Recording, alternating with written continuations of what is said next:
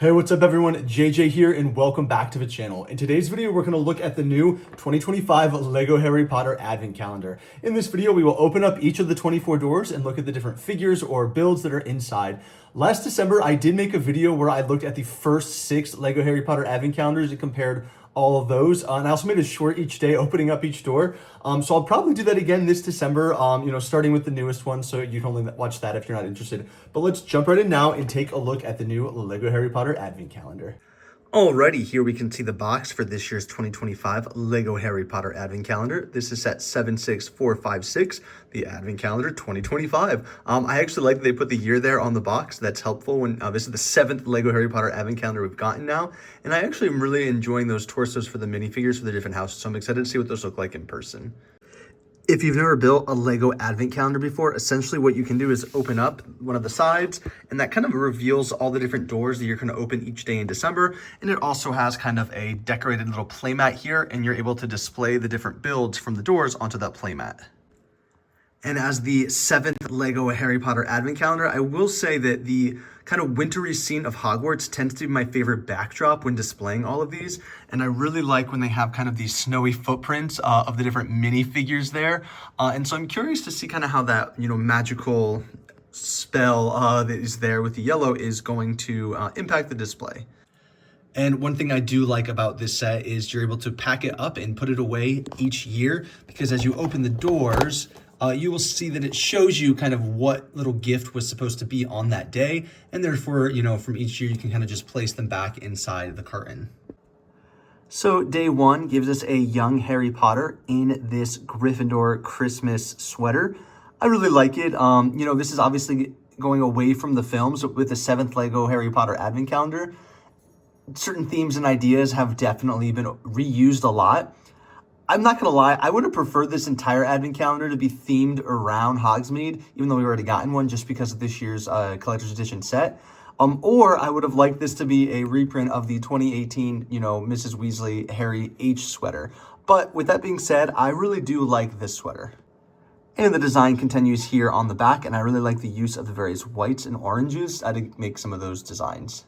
One of the hardest parts is finding the numbers. They don't really go in a sequential order. So day 2, we have a build for Hedwig. Now, obviously, I've already built these. These pieces come disassembled in a clear plastic bag. They're able to pull out the first time you open it.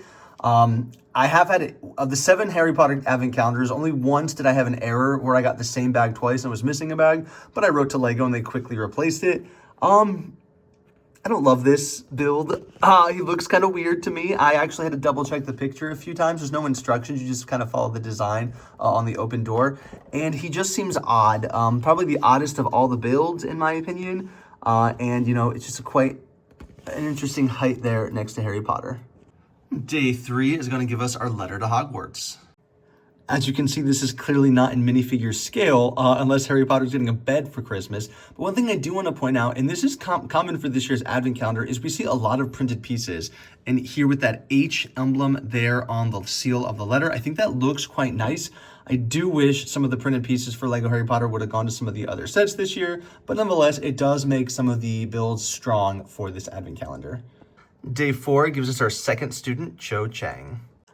Of course, here we see Cho Chang wearing the Ravenclaw Christmas sweater or holiday sweater. I really like the use of the Cornish pixie kind of there as the character in the center. There is a rumor that in January of 2026, there's going to be a buildable Cornish pixie, and I haven't collected all the buildable figures, but that is one that I would want to buy. Here you can see the back torso printing and her alternate facial expression. I also did not reveal Harry's alternate facial expression earlier, so there he is next to Cho. And I also want to point out that Cho Chang has the mid legs instead of the small legs. It's minor, but it's a little detail like that I do appreciate. Day 5 gives us this brown buildable cone. And obviously it's meant to be the sorting hat. I mean, I think so. I guess if I'm way wrong, you can let me know in the comments. My least favorite build so far of the 5, as much as I didn't like the owl, it looks like an owl. This just looks strange to me. I'm not, I don't know if it's the coloring or probably the shaping, really. They didn't quite get the shape of the sorting hat. At least you could still put it on Harry's head to sort him into Gryffindor. For day 6, we see every flavor beans. And while I recognize it's the same print, it is quite wild to me that this build has 4 printed pieces. And it's a really nice printed piece. It's something like this I thought would have been really cool as maybe a poster in Hogsmeade. Day 7 gives us Draco Malfoy. Nothing very special about this minifigure, but again, what makes it really stand out for all of them is going to be the house sweaters. And I am noticing, and it does look like the printing is identical, of course, just with different coloring for the different houses for Hogwarts.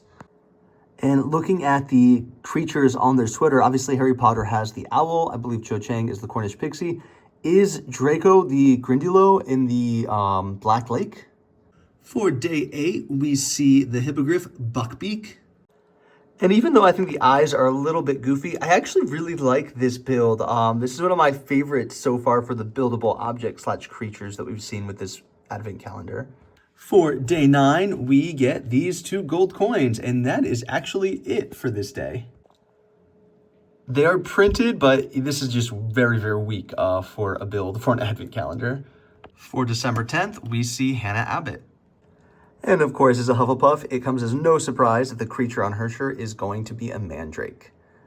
And here we can see her alternate facial expression, as well as the back printing for the Hufflepuff torso. December 11th gives us this build for the Chocolate Frog, and you can see my box ripped a little bit. I actually think the quality of the doors is a little bit weaker this year, as I ripped quite a few of them, and I was gentle, and I've never done this in past years. And here we can see the Chocolate Frog build. It's a pretty fun little guy. I think I like that he's on that kind of purple base plate. I guess not a base plate, purple plate base for him anyways for this build. I think it actually looks good. They do the angles well for so few pieces, although obviously his nose at the front, it looks best looking at it kind of from this side angle because it's so flat. Day 12 gives us the Polyjuice Potion. This is a fun little vial that again is a printed piece there for Polyjuice Potion. I don't know, it's fun. It's small. It's smaller than the one that came with the Hogwarts icons, of course, but that's kind of the vibe I'm getting, like a miniature version of Hogwarts icons with some of these items. We are halfway done with this advent calendar, and I will say, you know, it's not nearly as fun as many of the others were in past years, just because everything kind of feels so random and individualized. Besides the characters having matching sweaters, there isn't a story. You know, I mean, these side builds are from all different, you know, books and films, so I don't know, we'll see how this finishes up. Day 13 gives us, I believe that's Angelina Johnson. And similar to Cho Chang, she will have the mid-legs. And I quite like her alternate facial expression there with the side smirk. In fact, I'm going to switch her face and make that kind of the one that I display her with. Day 14 gives us an Aragog the Spider build. All right, the spider is definitely a little bit goofy. You know, I think it's the eyes for all these characters that something is just a little off. They look a little too silly for kind of what the builds are trying to be. It's okay. I don't love it. It's not as bad as a Sorting Hat. And for day 15, we're going to see a mug build here for Butterbeer, which is the closest thing we see kind of connected to this year's Hogsmeade set. I actually think this build is quite fun with the translucent orange there for the actual glass, and I like the detailing there for the handle. I wonder if I can somehow turn this into a sign to put somewhere in my Hogsmeade Winter Village. Day 16 gives us Luna Lovegood. I do like that we're getting a lot of minifigures with this advent calendar, as I think those are usually some of the most fun or most worthwhile pieces from an advent calendar. And I'm even okay that they have double torso prints for each house because we haven't seen these anywhere else. I do wish they would give Luna Lovegood an actual Luna Lovegood face print instead of kind of the generic Lego City that we see here. For day 17, we see a build of a Thestral. For me, I really like the build of the Thestral. It's very similar to the Hippogriff. Of course, here we can see Harry and Luna looking at the Thestral. Okay, but seriously though, it's a fun little build. I do think this build technique does work a little better for the Hippogriff, and I think some of that has to do with kind of the coloring and pieces they used, but I'm okay with both of these. Here for day 18, we see the Skele-Grow. Again, just a funny little build. Clearly not minifigure scale. Smaller than the icons. That is a printed piece for the Skele-Grow, so just a weird advent calendar with some kind of weird inclusions. Day 19 will give us Blaine Zabini. There's no alternate facial expression for him because his hairpiece doesn't cover the back of his head. However, I really like this face print. It feels new and different to me, but I think the eyebrows are just standing out more than I remember in the past. Day 20 will give us our Monster Book of Monsters. And as you can see here, I really need to adjust the placement of the eyes because these are looking in kind of the wrong direction. Instead of looking scary, he looks real goofy. Day 21, we see a love potion. I think this is a fun little build. It's quite different in terms of the color scheme than the others that we saw with this set so far, but it kind of fits the theme. Day 22 gives us Cedrick Diggory. Once again, we see the mid-legs. That makes 3 characters with the mid-legs, 5 with the small legs. And, you know, that completes the 8 minifigures, 2 from each house. On the 23rd, of course, we see a Mandrake. I'm not gonna lie, I think this looks ridiculous, but actually it's really funny. I approve of the ridiculous looking Mandrake. Maybe I'll display this next to the buildable Mandrake, which I do have on display. And then here for day 24, we're gonna see a buildable Patronus Stag. I think the buildable Patronus Stag has some really cool translucent blue pieces, especially kind of there on the nose. Part of me does wish we would have gotten a Cornish Pixie and a Grindylow build just so that each of the sweaters, we actually had something to go along with it. I think that would make this feel a little bit more connected. So those are all 24 of the doors. I will say I'm kind of disappointed. The minifigures are fine. You know, I like that we get 8 characters.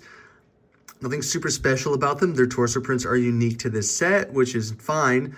There's a lot of cool printed pieces, you know, that come with this set. It just, I don't quite get the set. I don't get what we're going for. These, I guess some of those creatures in the back you could say are close to minifigure scale, like the Thestral, the Hippogriff, the Patronus could be like a, you know, a small baby version, which is fine. I think for me with the advent calendars for Harry Potter, they've just done such a good job in the past theming them. You know, the year that we got the Hogsmeade, it was cool to have the 4 different buildings, different builds going into each one of the buildings. You know, we obviously had the journey to Hogwarts that followed the first couple scenes from the Sorcerer's Stone. And so this, yeah, it's fine. The builds are fine. Definitely wait for this to go on sale, though, if you plan on buying it. Not counting the minifigures, these are probably my 4 favorite builds. Like I said, I'm going to try and turn this butterbeer into some type of sign for Hogsmeade. I don't know why the Buckbeak really just works for me more than all the other characters, but he does look kind of fun and goofy. You know, the Bertie Bott's every flavor bean, it's just the fact that there are 4 prints makes this kind of a nice piece, which is really funny because the build can't be more simple. And then that little Mandrake, you know, he looks kind of doopy, but I'm definitely going to display him with my buildable Mandrake. And I do think these 3 are my least favorite. I mean, obviously, like, you're not getting much with the gold coins. I don't think the Sorting Hat looks good. And Hedwig looks a little off too. Actually, he looks better like that. Maybe I'll display him that way. I don't know, the angling of his head to his chest just seems odd to me. What do you think of this Lego Harry Potter Advent Calendar? And the real question, are these Christmas or winter sweater torsos enough for you to buy this Lego Harry Potter Advent Calendar? Because I really think that's where most of your value is at, is with these cool torsos for the minifigures. Thank you so much for tuning in. If you want to stay updated with LEGO leaks, rumors, news, and reviews, hit the subscribe button down below, but I'll see you all next time. Thank you.